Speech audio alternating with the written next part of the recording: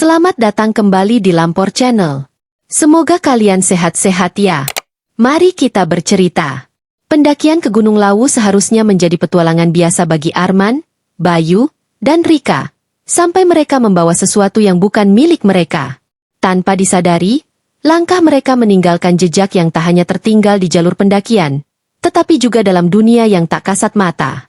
Ketika suara tangisan terdengar di malam-malam sunyi dan bayangan seorang perempuan muncul di balik kabut, mereka menyadari satu hal, mereka tidak kembali dari gunung itu sendirian. Apa yang mereka bawa pulang tidak hanya menghantui, tetapi juga menuntut sesuatu yang tak pernah mereka bayangkan sebelumnya. Apa yang sebenarnya mereka ganggu di puncak Lawu? Dan bisakah mereka benar-benar mengembalikannya sebelum semuanya terlambat? Sebelum kita mulai, mari kita mengobrol sebentar di kolom komentar. Kami ingin tahu apa yang kamu pikirkan tentang cerita ini, dan jangan ragu untuk tinggalkan komentar, walaupun hanya sekedar menuliskan asal kotamu dan bagikan pengalaman, atau cerita yang pernah kamu dengar di kolom komentar, atau ide-ide konten yang menarik dan mistis yang ingin kamu ketahui lebih dalam. Malam itu, Arman, Bayu, dan Rika baru saja menyelesaikan pendakian di Gunung Lawu. Mereka merasa puas sekaligus lelah setelah menikmati keindahan alam selama 3 hari. Saat perjalanan turun, suasana hening. Kabut tebal menyelimuti jalur pendakian, menciptakan nuansa mistis. Arman yang berjalan paling depan berhenti sejenak lalu menoleh ke belakang. Ia mengusap kening yang mulai berkeringat. Ada yang aneh, ucapnya pelan. Bayu mengernyitkan dahi. Maksudmu apa, men? Rika yang di tengah merasa merinding. Ia memeluk erat tas karirnya sambil mempercepat langkah. Arman menunduk sejenak sebelum menjawab. Dari tadi aku merasa seperti ada yang mengawasi kita. Bayu tertawa kecil, mencoba mencairkan suasana. Ah, jangan lebay, men. Palingan cuma hewan liar. Fokus aja ke jalan. Tapi Arman tetap terlihat gelisah. Ia terus menoleh ke belakang seolah mencari sesuatu. Setelah sampai di base camp, mereka langsung berkemas dan menaiki mobil untuk pulang. Malam itu perjalanan terasa sunyi. Tidak seperti biasanya, mereka bertiga jarang bercanda. Arman hanya diam sambil sesekali menatap ke kaca spion mobil. Rika yang duduk di samping sopir mencoba memecah kesunyian. Kalian ngerasa nggak sih? Tadi di jalur turun kayak ada yang ngikutin. Bayu menghela napas panjang. Sudahlah, Rik. Jangan bawa-bawa pikiran aneh. Kita semua aman-aman aja kan? Tapi perasaan itu nyata buatku, sahut Rika cepat. Setibanya di rumah masing-masing, semuanya tampak biasa. Namun, malam itu Rika mengalami mimpi buruk. Dalam tidurnya, ia melihat seorang perempuan berpakaian serba putih berdiri di ujung kamarnya. Rambutnya panjang menutupi sebagian wajah, namun tatapannya terasa menusuk. Rika terbangun dengan keringat dingin. Ia melihat ke sekitar kamar, memastikan semuanya baik-baik saja. Tapi tiba-tiba, terdengar suara langkah pelan dari ruang tamu. Jantung Rika berdegup kencang. Ia mencoba mengabaikan suara itu, namun langkahnya semakin dekat. Keesokan harinya, Rika menceritakan mimpinya kepada Arman dan Bayu. Mereka bertemu di sebuah kafe untuk membahas kejadian itu.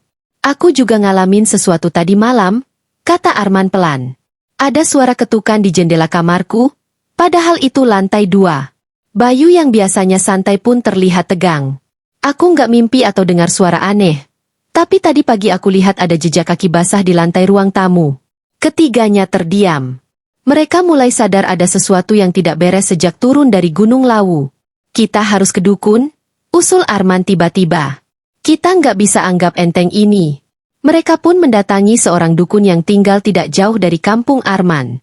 Setelah menceritakan kejadian yang mereka alami, dukun itu mengangguk pelan. Kalian telah membawa pulang sesuatu dari Gunung Lawu. Ada seorang perempuan yang merasa terganggu karena kalian memasuki wilayahnya. Rika menggigit bibirnya. Jadi apa yang harus kami lakukan, Pak? Dukun itu menyalakan dupa dan mulai membaca mantra. Aku akan mencoba mengusirnya. Tapi kalian harus kembali ke Gunung Lawu untuk meminta maaf.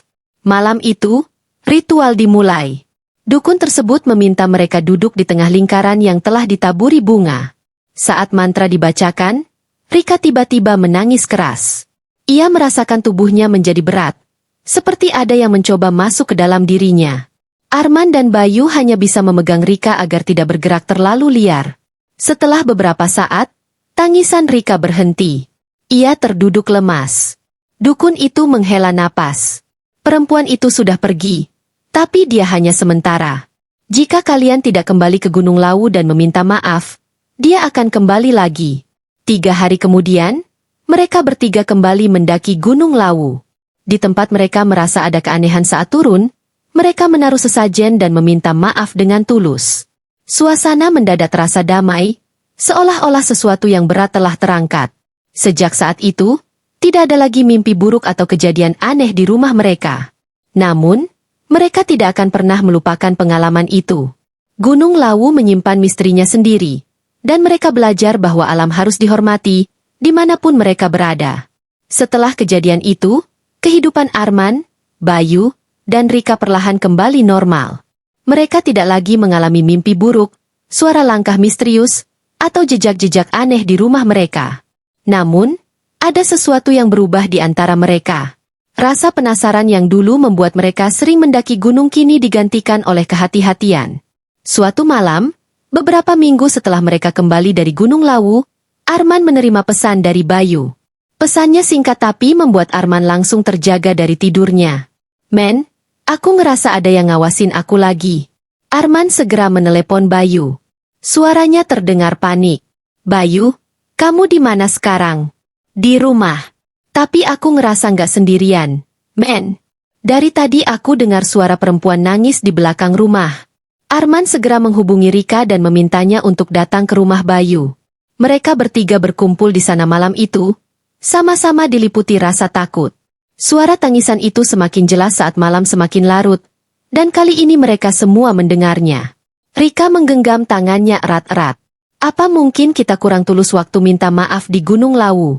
Bayu menggeleng cepat. "Aku rasa enggak. Kita sudah lakukan semuanya sesuai arahan dukun."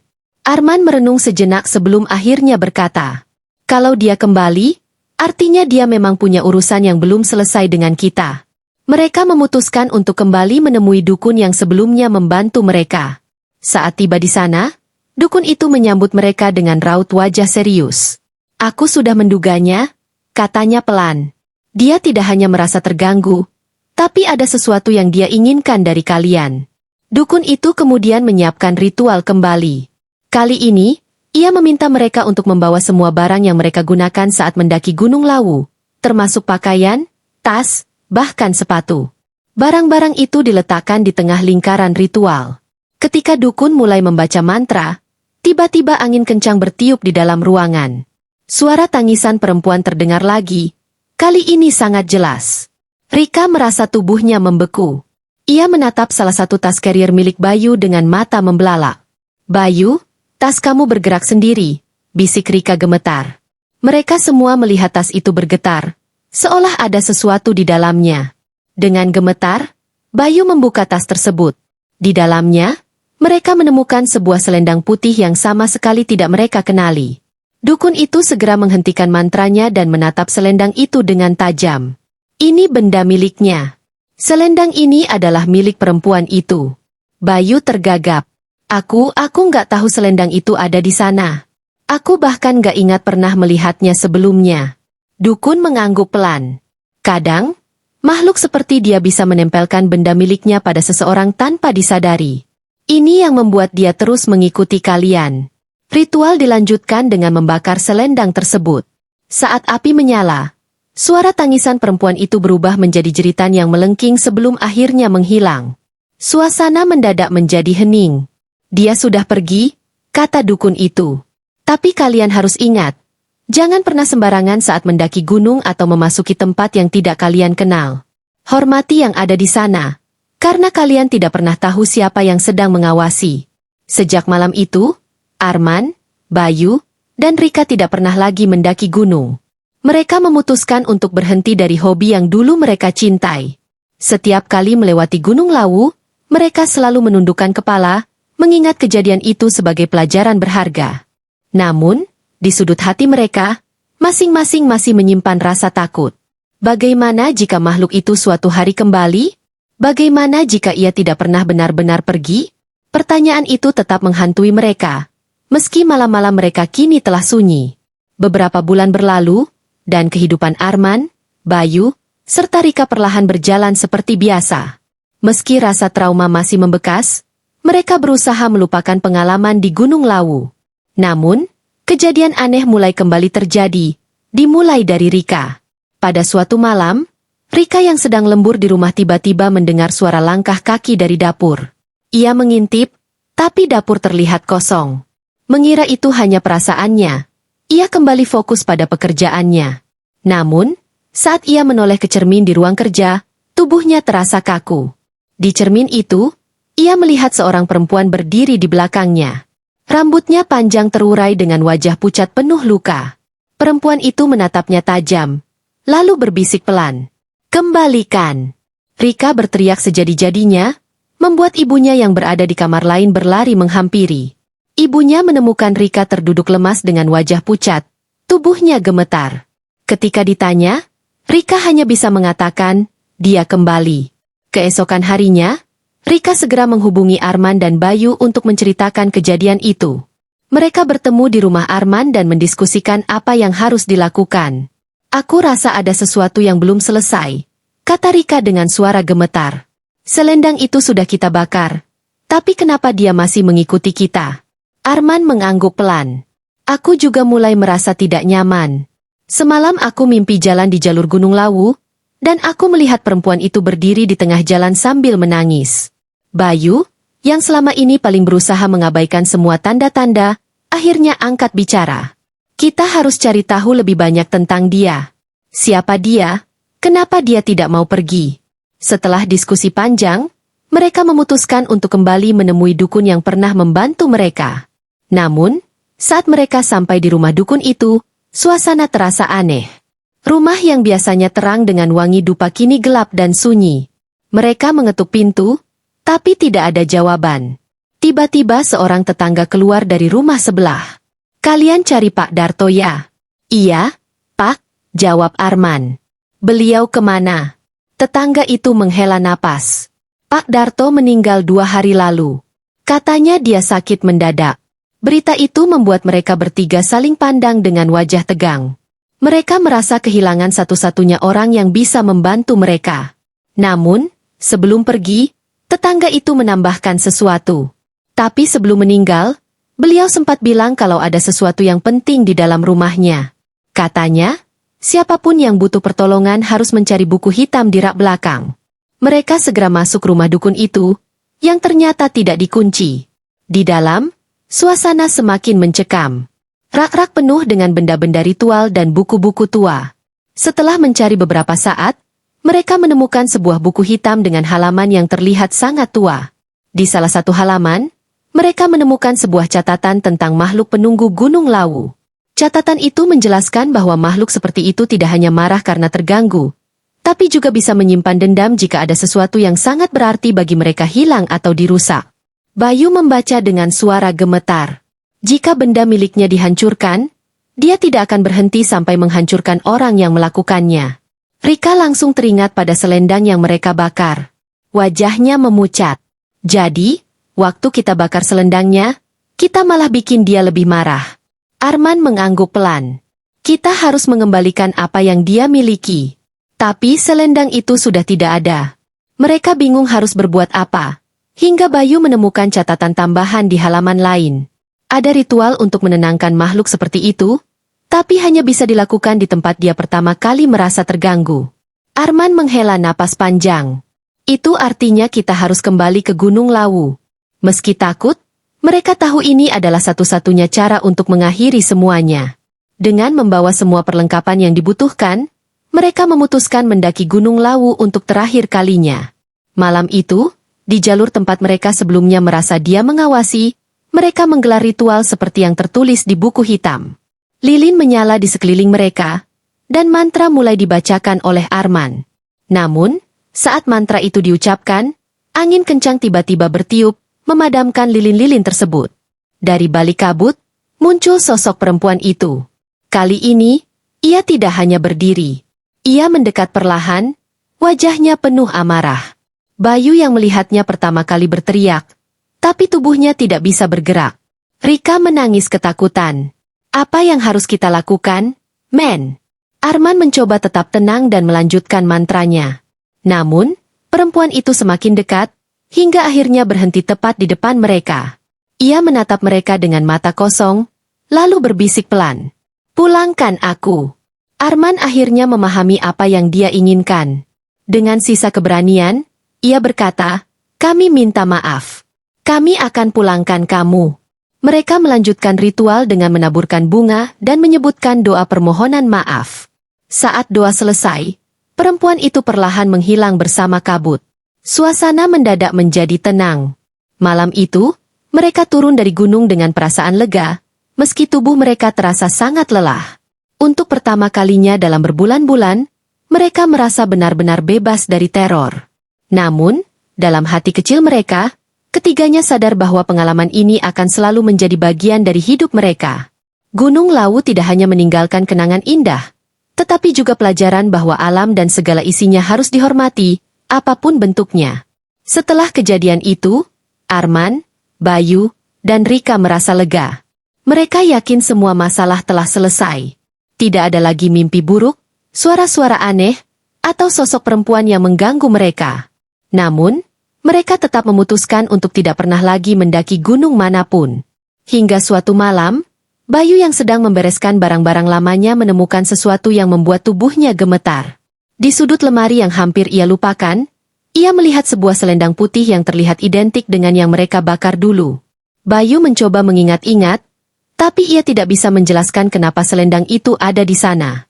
Jantungnya berdegup kencang. Ia langsung mengambil ponsel dan menghubungi Arman. Men, aku nemu sesuatu. Selendangnya ada di rumahku.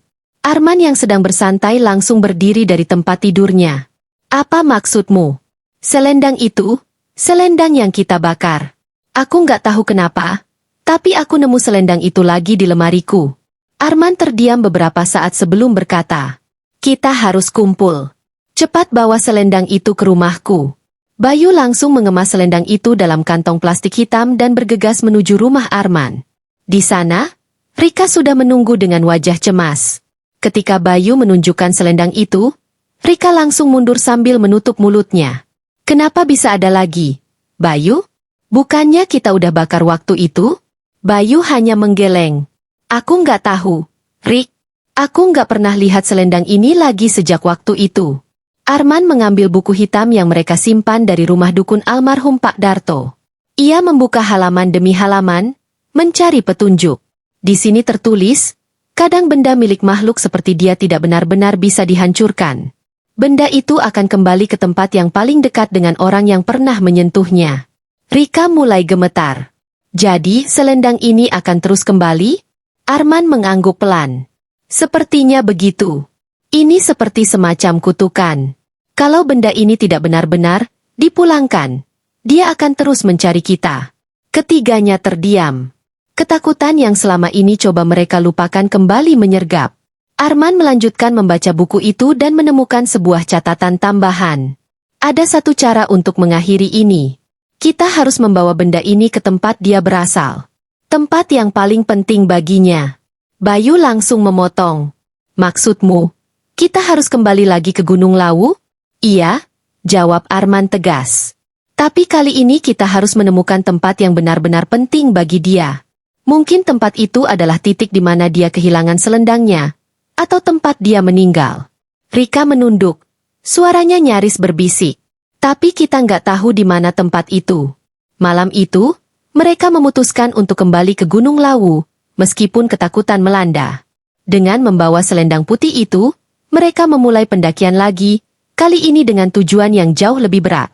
Saat tiba di jalur yang mereka lalui pertama kali, mereka mulai merasa ada yang berbeda. Suasana terasa lebih sunyi, dan kabut lebih tebal dari biasanya. Setiap langkah terasa berat, seolah ada sesuatu yang mencoba menghentikan mereka. Ketika mereka mendekati sebuah area yang pernah mereka lewati sebelumnya, Rika tiba-tiba berhenti. Tubuhnya bergetar, matanya menatap lurus ke depan. Di sana, di tengah kabut, mereka melihat sosok perempuan itu berdiri. Dia di sana, bisik Rika dengan suara gemetar. Arman menghela napas dalam dan menggenggam selendang itu erat-erat. Dia mendekat ke arah sosok tersebut, meskipun tubuhnya dipenuhi rasa takut. Perempuan itu tidak bergerak, hanya menatapnya dengan mata yang kosong. Kami datang untuk mengembalikan ini, ucap Arman dengan suara gemetar. Kami minta maaf atas apa yang telah kami lakukan. Ia meletakkan selendang itu di atas sebuah batu besar yang ada di depannya. Sosok perempuan itu tiba-tiba tersenyum tipis, lalu perlahan membungkuk seperti memberikan penghormatan. Setelah itu, tubuhnya memudar bersama kabut. Suasana mendadak menjadi tenang. Tidak ada lagi angin kencang, tidak ada lagi suara tangisan. Arman, Bayu, dan Rika hanya berdiri terpaku, mencoba mencerna apa yang baru saja terjadi. Aku rasa semuanya sudah selesai, kata Bayu pelan. Rika mengangguk, meski air matanya masih mengalir. Dia akhirnya bisa pergi. Mereka turun dari gunung dengan perasaan lega, meskipun tubuh mereka terasa sangat lelah. Setelah itu, tidak ada lagi selendang, tidak ada lagi mimpi buruk, dan tidak ada lagi gangguan. Namun, mereka bertiga sepakat untuk tidak pernah lagi mendaki gunung manapun. Pengalaman ini mengajarkan mereka bahwa alam memiliki aturannya sendiri, dan melanggar aturan itu bisa membawa konsekuensi yang mengerikan. Hingga akhir hidup mereka, Gunung Lawu tetap menjadi misteri yang tidak akan pernah mereka lupakan. Apa yang sebenarnya terjadi di sana mungkin tidak akan pernah terjawab sepenuhnya. Tapi mereka tahu satu hal pasti, tidak semua yang ada di alam ini bisa dipahami, dan beberapa hal lebih baik dibiarkan seperti apa adanya.